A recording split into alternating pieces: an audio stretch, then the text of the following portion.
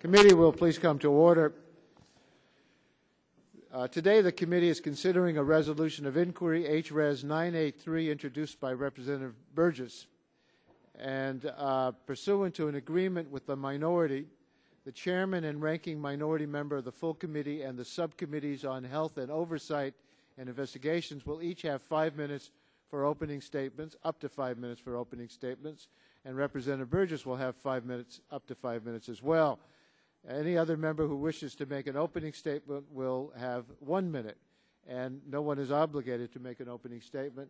Without objection, the record will be open for any member who wishes to insert an opening statement of whatever length they choose.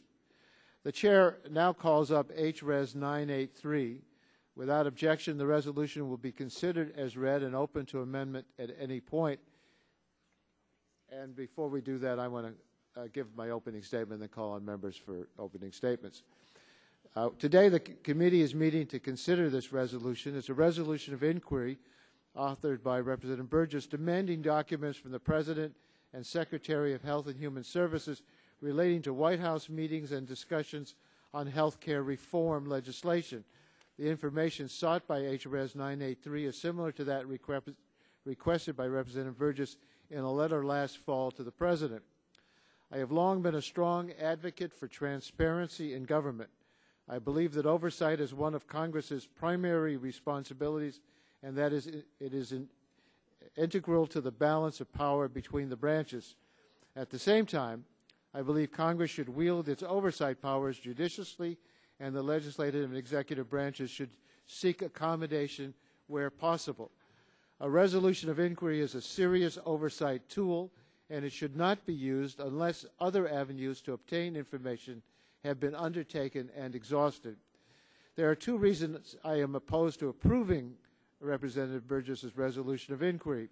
First, the resolution is overbroad.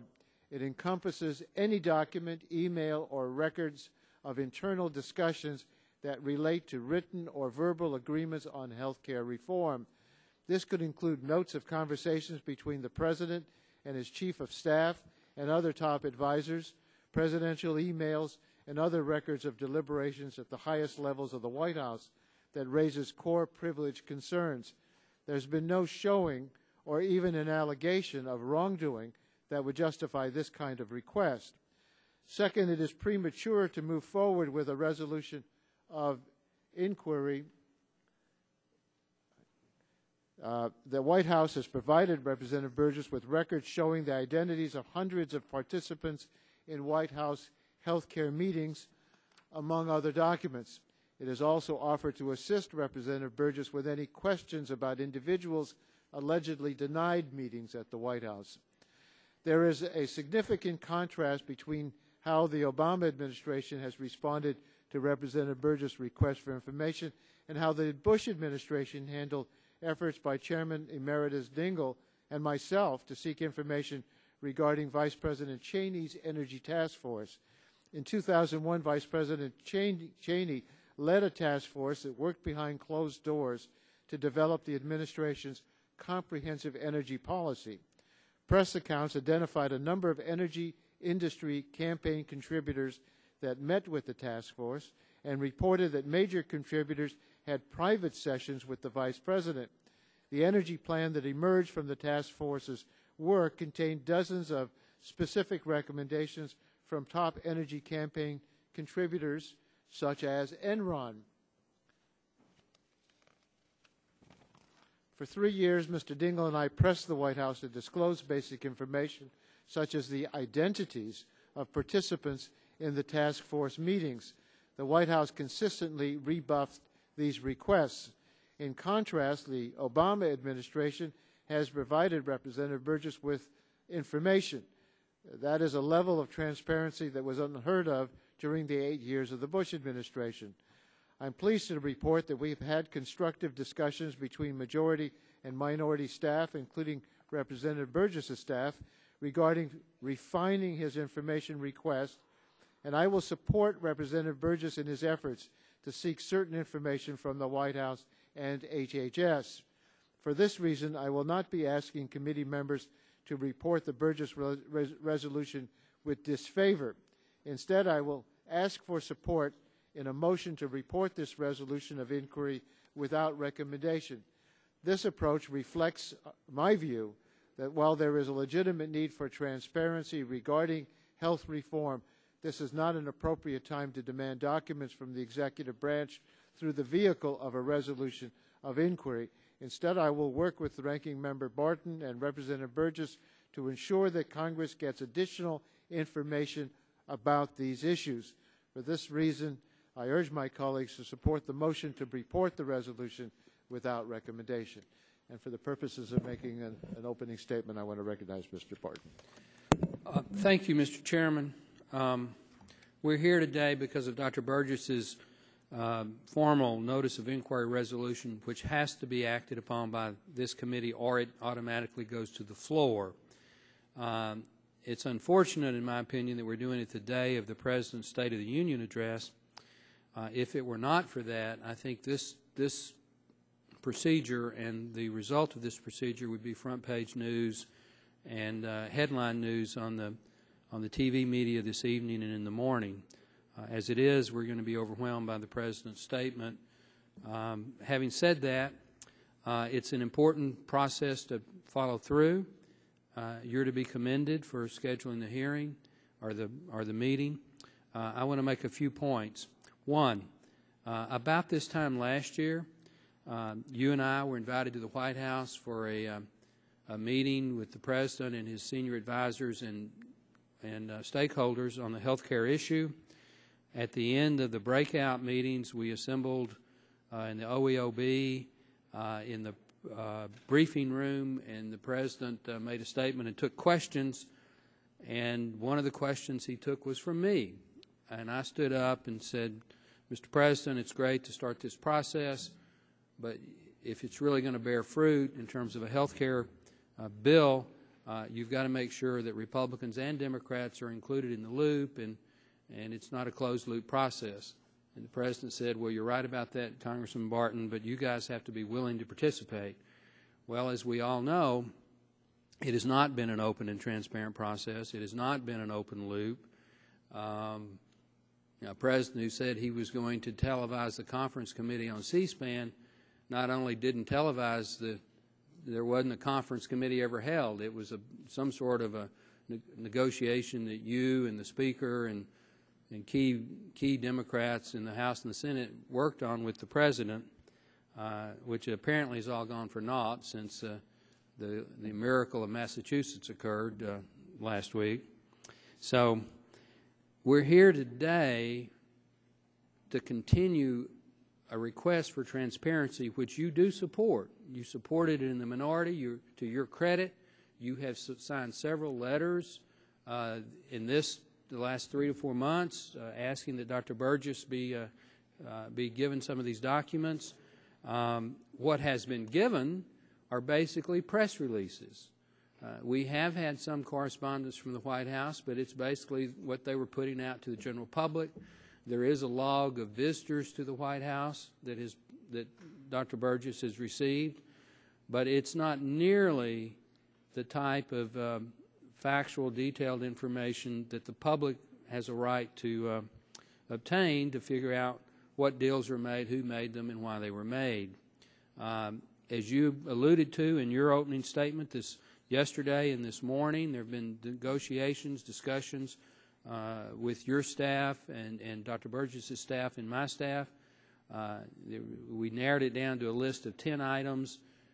5 of those items have been agreed upon that you and I and Dr. Burgess and others will support in writing, that we get those specific items that we'd agreed upon. So for that reason, I'm in the same position that you are, Mr. Chairman. I'm going to vote the same way you vote.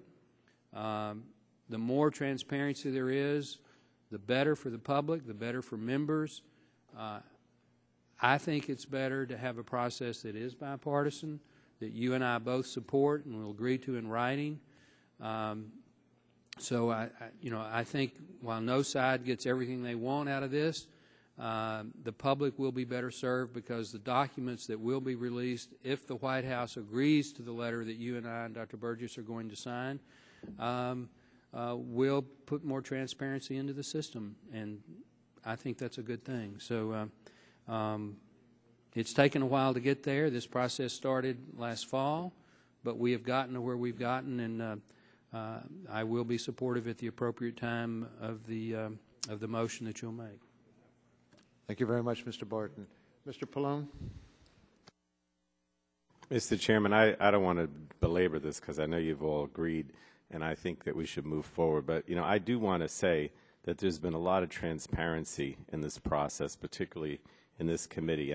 Just some statistics. The House held 79 hearings and markups, essentially, you know, on this legislation. House members spent nearly 100 hours in hearings, heard from 181 witnesses. In our committee, in the Energy and Commerce Committee, we spent 42 hours considering and amending the bill. And over the course of the committee's markup, the committee considered 158 amendments, 53 of which were offered by the minority. Overall, the committee accepted 100 amendments, including 18 from my colleagues on the other side of the aisle. And the original House bill was posted online for 30 days before the first committee began marking it up. I mean, I could go on and on, but the gentleman yield? Well, I think this, I don't know how much time I have. Well, if he'd yield, I thought we only had a minute. Well, but if there's 5, so we'll go quick. If it's 5, then sure, go ahead. Well, you say 18 amendments were adopted from this side. I had 2 of those adopted unanimously. And somewhere between the time this bill left this committee and its work and came to the House floor, my 2 amendments on rural health care were stripped out. And the Rules Committee refused to allow me to even offer those amendments on the floor. I don't think that's transparency. Well, look, I've been to the Rules Committee many times, both. No, it's when it left this committee. Well, let me reclaim my time, and maybe I shouldn't have, you know, started this, but I know Mr. Barton, he did get me a little annoyed when he said that there was no transparency. I think there's been a lot of transparency in this committee in particular and in the House as a whole. And I mean, the Rules Committee, I spent hours there, and there are many times when I had the opportunity to be heard before the Rules Committee in both the majority and the minority, and my amendment didn't get included on the floor. So as long as they have a hearing and they let you speak, which they usually do for hours and hours on end, I don't think it's fair to say that because they don't allow your amendment to be heard on the floor that there hasn't been transparency. They have hearings. That's not my point. The chair will note that the gentleman is recognized for an opening statement. If you make your opening statement. Yeah, I am When finished. you're finished, yield back the time. I'm finished, and I yield back, Mr. Chairman. Oh, you do? Okay. Mr. Burgess. No, I yield back to you. Oh, I'm done. you're done. Fine. Okay. Mr. Burgess. Thank you, Mr. Chairman. And I do want to thank you, Chairman Pallone, Chairman Stupak, as well as the ranking members Barton and Walden for allowing us to have this markup today. And you indeed worked with myself and Mr. Barton to ensure that the oversight jurisdiction of this committee, did indeed matter. Mr. Chairman, I know that transparency is important to you. I hope ultimately we can pass this resolution on a bipartisan basis. Now, just to recapitulate, I wrote to the White House in September on this issue. I'll ask unanimous consent that that letter be made part of the record. Without objection, that'll be the order. My staff reached out to the White House. Mr. Chairman, you reached out to the White House on my behalf, and we got nothing. Finally, I was compelled to introduce the resolution of inquiry. Then yesterday at 2:20 p.m., 119 days after my letter, we did hear from the White House. What'd we get? We got logs that the press had a month ago. We got a series of public statements and press releases all printed off the White House website. Not one document that was not available to everyone. The White House thus claims to this committee that not one novel document, note, email, or call record exists regarding meetings with these major stakeholders. No one in this room believes that. The subject of this meeting is not the fact that the White House did not respond to my letter. The subject is the resolution of inquiry.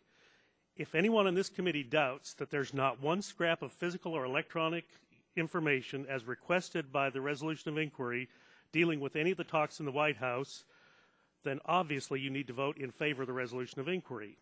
At these meetings, agreement was reached to save upwards of $2 trillion. $2 trillion, and we didn't write down a single word. It was all done on a handshake. Call them gentlemen's agreements, backroom deals, or power politics. We know they happened. What we don't know is who agreed to what with whom. On Monday, the president said, quote, "I didn't make a bunch of deals," close quote. This claim contradicts everything that has been reported because we all know somebody did. There is nothing inherently wrong with the president engaging on such important topics or encouraging groups to act in the best interest of the public. But we don't know if the deals struck were in the best interest of the public. Even worse, the deals circumvented the legislative process. The 6 groups named in the resolution were meeting at the White House at the very time this committee was marking up H.R. 3200. How could our markup be viewed with any integrity if the real deals were being cut down on the other end of Pennsylvania Avenue? Maybe this is how we got a new bill. Doubled in size, 2,000 pages from the 1,000 we sent out of here, but as Mr. Walden has pointed out, stripped of nearly all of the bipartisan work done by this committee, including, I might add, a landmark unanimous vote for patient protections offered by myself and Mr. Dingell based off the Norwood-Dingell Patient Bill of Rights. Now, I have to ask, was this a payoff to the insurance companies? Over in Senate Finance markup, Senator Nelson from Florida introduced an amendment regarding drug prices. Senator Carper, arguing against the amendment, said, whether you like pharma or not, we have a deal. In the same markup, the Senate Finance Committee endorsed a commission to slow Medicare spending. However, the bill had to be rescored and rewritten to exclude hospitals because, according to Congress Daily, quote, they already negotiated a cost-cutting agreement, close quote, with the White House. Finally, Senators Dorgan and McCain introduced a floor amendment on prescription drug reimportation. I don't support prescription drug reimportation. It's a bad idea, but they still should have had the ability to argue their point on policy. But according to the Hill, a deal between the White House and the pharmaceutical industry held up and defeated the amendment. Now, the press seems to know more than we do. The letter I received from the White House claims that much information has been released. Well, I want what hasn't been released, and I want the real details. Again, I don't support some of the policies that were promulgated on the Senate side, but I'm willing to debate anyone on my position and let the best policy win on its own merits. Allowing these deals to guide the legislative process is a dereliction of our responsibility of legislators and reflects poorly on this committee. In December, we had a hearing on price manipulation of pharmaceuticals. You had to wonder, was that all the product of secret negotiations? None of us know, and the American people deserve to know. These questions will continue hovering over this committee until we fill in some of this history. This is not about the groups named in the resolution. I don't blame them for advocating policies impacting their industry. Of course they're going to do that. I want to know what the White House negotiated with whom and on what terms. I want to know how those deals influence the legislative process, and I want to know why a president who committed himself to transparency feels no need to heed the request of this committee. On January 31, 2008, the president promised, that's what I will do, bringing all parties together, not negotiating behind closed doors. All of these will be up on C-SPAN. Earlier this week, the president said that his lack of transparency was a mistake. If true, he should correct the mistake by turning over the information requested. To fully understand the policy choices going forward, we need to know what took place at the White House during this past year. The American people expect us to act in their best interest rather than protecting business interests of those currying favor in Washington. If stakeholders sought protections or made unreciprocated concessions to Washington politicians, we all need to know. These negotiations may have produced consensus on policy changes that are proper and needed, but we can never be certain until all of the facts are known. Mr. Chairman, I thank you for your indulgence, and I will yield back the balance of my time. Gentlemen, time has expired. Mr. Stupak, Chairman of the Oversight and Investigation Subcommittee. Thank you, Mr. Chairman. And I think we all believe in a transparent and open government, whether it be a Democrat or Republican president.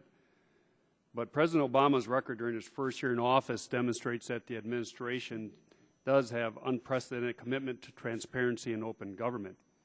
From releasing presidential records to webcasting White House meetings to publishing previously confidential government data online, President Obama's administration has far surpassed previous administration in its effort to create a truly open government. The White House has produced some of the documents Mr. Burgess has requested, but not all of them. And I know Chairman Waxman has worked very hard to urge the White House to accommodate them. But in response to Mr. Burgess' request for identity of health care meeting participants, the White House provided the visitor logs. In fact, you can go online and find them, which related to 575 appointments or visits to the White House relating to health care. has certainly gave them opportunity now to ask for more and more questions. Because a member asks a question doesn't mean they're always going to get an answer, and not that every document we request should be disclosed by the White House. But we're affording the minority the courtesy of discussing and reporting this resolution. I sat here in 2004, like many of you here, when the Democrats had a privileged resolution concerning the Cheney Energy Task Force. And Republicans at the time immediately moved to kill the request, and they moved for a previous question, essentially killing, and we never even had discussion on the resolution. We're not doing that today. And Mr. Burgess didn't get everything, but we're trying to get it done, but doesn't mean everything someone requests they're entitled to. But in the interest of transparency and bipartisanship, as I told the Chairman Waxman the other day when we were talking about this issue, I intend to vote in favor of this legislation without recommendation. That's what we ought to do. We should move this thing forward. I understand there's been agreement. Hopefully we can get this thing resolved. Mr. Chairman, thank you for your leadership on this issue. You've always supported members both sides of the aisle, no matter what the issue is, on trying to receive documents. And this is a far cry from where we were a few years ago, so thank you for your leadership on this. I yield back, balance my time. Thank you, Mr. Stupak. Mr. Walden, ranking member of the Oversight and Investigation Subcommittee, is recognized. Thank you, Mr. Chairman. And I'm going to go back to the point I was trying to make in my discussion with Mr. Pallone. When you talk about transparency even in this committee, I'd still like to know what happened to my two amendments that you all voted for unanimously on rural health care, just to say on the commission that will decide what health insurance policies look like going forward, as designed by the Federal Commission, we'd have proportional representation. And the same on MedPAC. Approved unanimously. They were 2 of the 18 amendments approved on this by the committee, offered by Republicans. And by the time the bill got to the floor, they'd been stripped out. That's why I went to rules to say, can I at least offer them again on the floor? I understand rules are going to shut you out 90% of the time if you're in the minority. But I'd won here in the committee unanimously.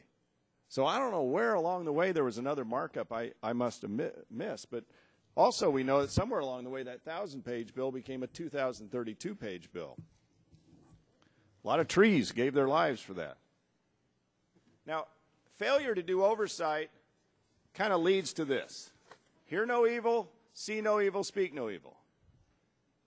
And when Mr. Burgess was trying for a long time, back to September, just to find out what deals were cut at the White House, who was in the meetings, you know, some of these organizations offered up tens of billions of dollars.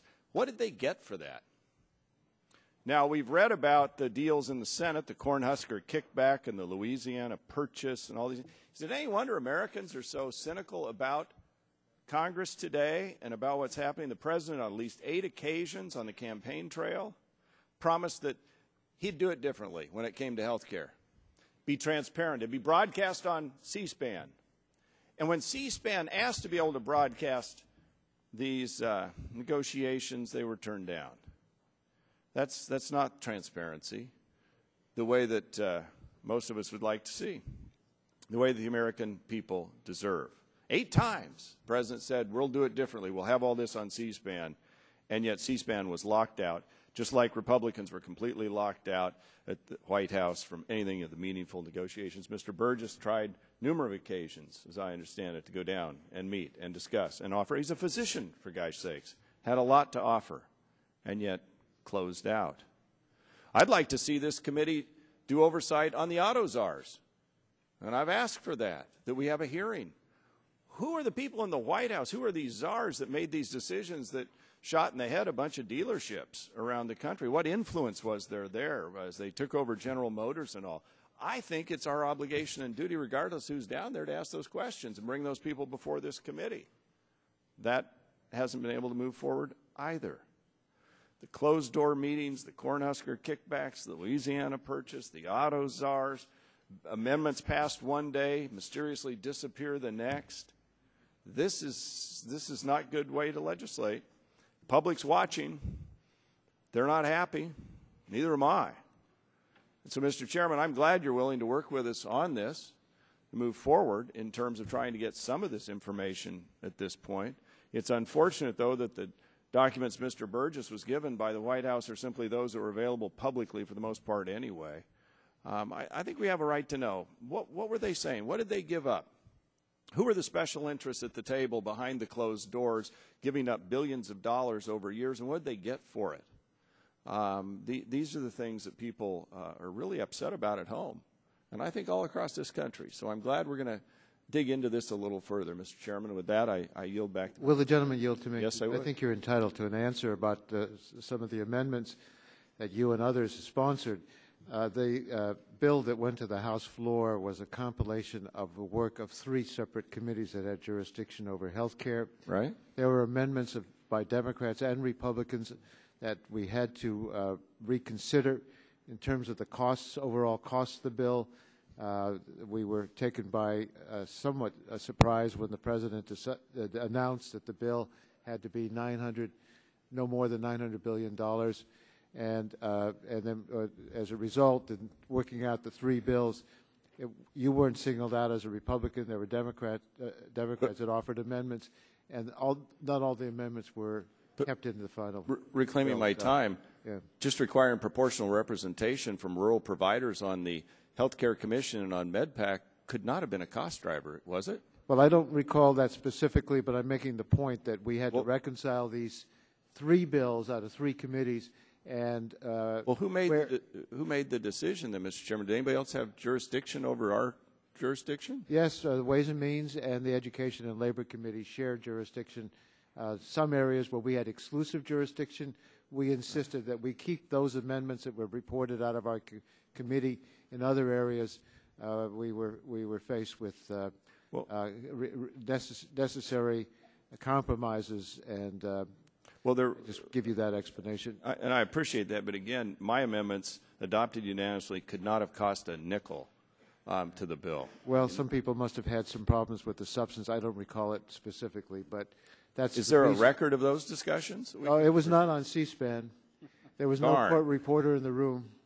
So I give you my best recollection, and if you want even more information, I'll try to get more information from you. I'd love to know who struck the amendments that we all agreed with. And I'd like to know as well, but this is not the place to get this information, but what special interests lobbied the Republicans, and what arguments did they make why there should not be a bill that would cover 30 million to 36 million Americans, and why we shouldn't do other things that were in the legislation. They weren't here as voting members of this committee getting amendments offered and passed unanimously by this committee, only to have them mysteriously ripped out somewhere.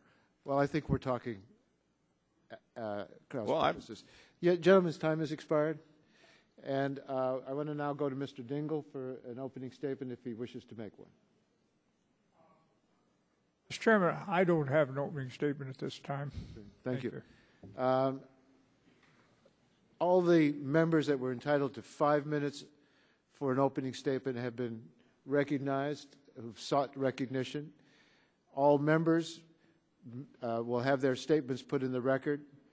If a member, rather than go down the roll and ask who wants to take the 1 minute, I'll ask if any members feel that they want to take a 1 minute opportunity to make a statement at this time. Otherwise, we'll move on to the Mr. Hall. I'll take anybody else's minute then. Give it to me. Mr. Chairman, I thank you for this today, and Dr. Burgess. You know, I was sent here by the people of the 4th District of Texas to have a voice, to be their voice. We've not really had a voice in the debate over this health bill. It's going to affect all my constituents. And as a member of the Energy and Commerce Committee, subcommittee, I think I deserve to know what kind of deals and promises have been made. You know, in a few days, we'll be honoring Ronald Reagan for his presidency, on his birthday. I remember when he stood on Brandenburg Gate that day and shook his fist at Gorbachev and said, Mr. Gorbachev, bring down that wall, bring down that wall. I say something to another world leader, the President of the United States, bring down that bill, bring down that sorry health bill. It'll help all the people on your side of the docket, and it'll be fairness to people on our side of the docket. You folks at home will be prouder of you if you share with us over here and we try to write a good bill. Mr. President, extend your hand to our side of the aisle and say, let's start over, let's find some common ground, work together for what's best for America. I yield back my time. Gentleman has yielded back his time. Who else seeks recognition, must have recognition, feels that they must talk on this? In order of seniority, Mr. Engel, do you wish to be recognized? Yes, Mr. Chairman, and I'll be brief. I want to just say that I'm glad we were able to work out a compromise, and I think it shows that this committee has always tried to step in favor of bipartisanship. But I would say to some of my friends on the other side of the aisle that, you know, if you're frustrated because you say that you weren't involved in the process, you know, we're frustrated because we've kind of seen the Republican Party be the party of no all these many months. If you don't bring votes, you generally don't get to the table, because no matter what is decided at the table, you just wind up saying no. So I would hope that maybe we can come together. But there needs to be an understanding, I think, on the other side of the aisle that if they want their ideas to be accepted, and I respect every member regardless of party, then you have to be willing to have an open mind and say, if the finished product at the end of the day is bipartisan, well, by golly, we're going to vote for it. And I yield back. Without objection, we'll give the gentleman an additional 6 minutes. Oh, no, the gentleman yields back his time. Further statements. Mr. Shattuck. Thank you, Mr. Chairman. I want to thank you for holding this hearing. I particularly want to commend Dr. Burgess for bringing this issue to the fore. I think he has highlighted one of the biggest problems, and I think every single one of us, Republican and Democrat, need to look at this issue and figure out how we could do better. I believe that massive bills result in behind-the-scenes deals, and that the American people are saying to us, number one, they don't want partisanship. Number two, they don't want massive deals that they can't understand and they don't think we understand, and they do want us to do something good. I would point out that there is bipartisan agreement that no American should lose their coverage because of a pre-existing condition. We have slightly different approaches to that issue. I've put mine on the table for years. I got one bill passed that created high-risk pools at the state level. Unfortunately, too many states haven't taken that up. But I pledge here today I want to work on eliminating the issue of pre-existing conditions. Tax fairness is an outrage. It is immoral in this country that the poorest among us who work for the smallest employers have to pay after-tax dollars to get health care. We ought to be able to solve that on a bipartisan fashion. I think we can do a national health insurance market. Right now, people who buy in the individual market in their states can't get a product because the insurance companies don't have to compete. We can solve these problems. I at least want to work on them on an individual bill, proposing discrete solutions to each with any Democrat or Republican who's interested. And I think you won't see behind the closed room deals in that process. Gentleman's time has expired. Mr. Green. Thank you, Mr. Chairman, and I want to congratulate my Texas colleague for introducing this resolution. This is a legislative technique that we've used on our side in the minority, and it works to get the attention of the administration. Although the joke on our side is that we don't get our letters answered either from the administration, but then I didn't get them from the last administration either. So, but I do want to I appreciate the passion from my colleague from Oregon on the lack of openness and transparency. But to compare what happens today is compared to what happened in 2004, when at that time Ranking Member Dingell had a similar resolution to look and see who was in writing the energy bill. I noticed I have the vote record here, and we didn't even have the debate except through parliamentary inquiries, so we didn't even have the 1 minute we're getting now. But my colleague from Oregon voted aye to table without debate. And so, Mr. Chairman, I'll yield back my time. Did you find my amendments? Gentleman's time has expired. Who else seeks recognition? Gentleman from Georgia, Mr. Gingrey. Mr. Chairman, thank you. I've got a letter here. So in response to Mr. Green, yeah, we did get, Mr. Burgess did get a response back from the White House from Counselor to the President Robert Bauer, and here's the letter. It absolutely fails the American people. It's an insult to our intelligence. Basically, it says that the President's going to disclose all visitors to the White House since September the 15th. It claims that President Obama has increased transparency in government, contradicting his own statement that the lack of transparency in the health care debate was his responsibility. I agree. It was, after all, the President's broken vow to broadcast the health care negotiations on C-SPAN and clean up Washington. Both promises undone by numerous backroom deals that make this resolution so important. This letter tells me the President has still not accepted responsibility for lack of transparency. So what of our responsibility? The American people, as most recently demonstrated in Massachusetts, demand representation. I hope this committee will embrace its responsibility, Mr. Chairman, and represent the interests of the American people, and I yield back. Gentleman yields back his time. Who else seeks recognition? Mr. Melanson. Thank you, Mr. Chairman. I'll try not to take much time. My opening statement today actually deals with a little bit of levity, which America, I think, needs a lot of these days, and is directed actually to my two friends from Indiana, Mr. Hill and Mr. Booya, and it's who that say they're going to beat them Saints. Thank you, Mr. Chairman. I yield back my time.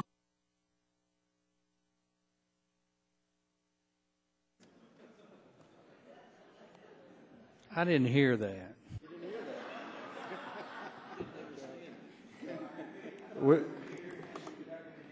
Who else seeks recognition? Gentlelady from Tennessee. Thank you, Mr. Chairman. And since my Tennessee Titans are not playing in the Super Bowl, I will leave that one alone. I do want to commend Dr. Burgess on the work that he has done on this issue. Transparency is so important. We had thought we were going to see a more transparent and open process. We've been disappointed that we have not. And to those that say we are the party of no, I would say we are the party of KNOW. We want the American people to know specifically what is in this bill and exactly what it is going to mean to them every day as they work to make certain that they have access to the best health care that the world has to offer. So indeed, we are the party of KNOW, and we want to know what the backroom deals are that have been cut with pharma, with the AMA, with the hospitals, with the AARP. We want to know what transpired with the Louisiana Purchase, with the Cornhusker kickback. We want to know what these frontier counties are and what makes them so very special, that they need special attention, and why certain areas are going to be given increased dish payments. All of that should come to light. I commend Dr. Burgess, and I yield back the balance of my time. Gentlelady yields back the balance of her time. Further opening statements. Gentleman from Louisiana, Mr. Scalise. I share my colleague from Louisiana's earlier statement, but I also want to thank my colleague, Dr. Burgess, for bringing this resolution forward. Unfortunately, this administration's failed the American people on their pledge of transparency, and this pattern is underscored by the manner in which the administration and the liberals running Congress have attempted to ram a government takeover of health care through this Congress with backroom deals. As a candidate, Mr. President Obama talked repeatedly about being bipartisan, but we've yet to see that bipartisanship. In fact, all Republican alternatives were shut out from day one, and we presented many alternatives to the president that would actually do real reform to health care to lower the costs. He didn't want to hear any of that.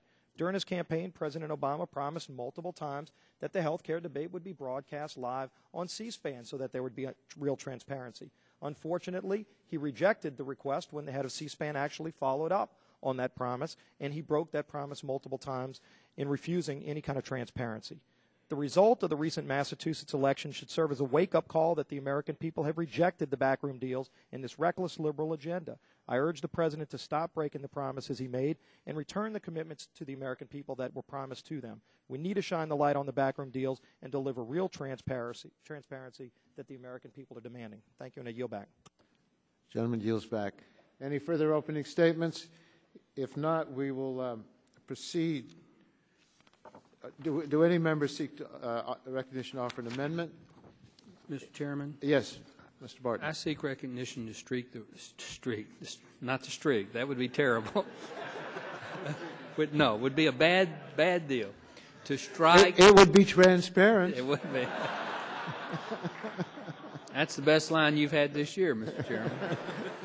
To strike the requisite number of words to engage in a colloquy with the distinguished chairman about what we've actually agreed upon. Yes. The gentleman is recognized. Mr. Chairman, before we go forward, and as I said earlier, we intend to vote together on this.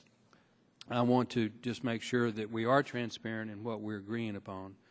Because of the negotiations, as a result of the negotiations between your staff and my staff and Dr. Burgess's staff, we are in agreement that we, you and I, Dr. Burgess and other members of the committee that have an interest in this, will seek in writing a list of all agreements that have been entered into, as well as the details, including the sum and substance of those deals, the names of the individuals, groups, and associations or companies that attended the meetings at the White House regarding health care, the name of administration officials who attended meetings on health care in the White House, the time and date of such health care meetings, and who from the administration and from the outside groups were in attendance, and written materials memorializing any agreements made during these meetings with administration officials that were provided to the outside participants. Now, that's what we say that we've agreed upon with you and your staff. The gentleman would yield. I'm pleased that staff from Representative Burgess's office and the majority and minority committee offices have had constructive discussions regarding refining Representative Burgess's information request. These discussions will continue, but I want to describe the broad outline of our understanding. I would be pleased to support Representative Burgess in his efforts to seek written agreements between the White House and outside groups regarding health care reform legislation. I would also support his effort to seek information regarding the identity of individuals at the White House and with outside groups who participated in meetings at the White House during which any such agreements were negotiated. I further would support efforts to seek communications between the Department of Health and Human Services and the healthcare industry. And I look forward to further discussions with Representative Burgess as we proceed to resolve these issues. Let me just... There, okay.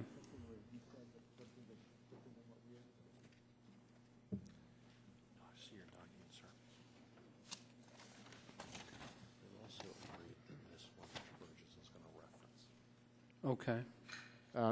As I understand it, you asked, you made a claim that we agreed to seek details.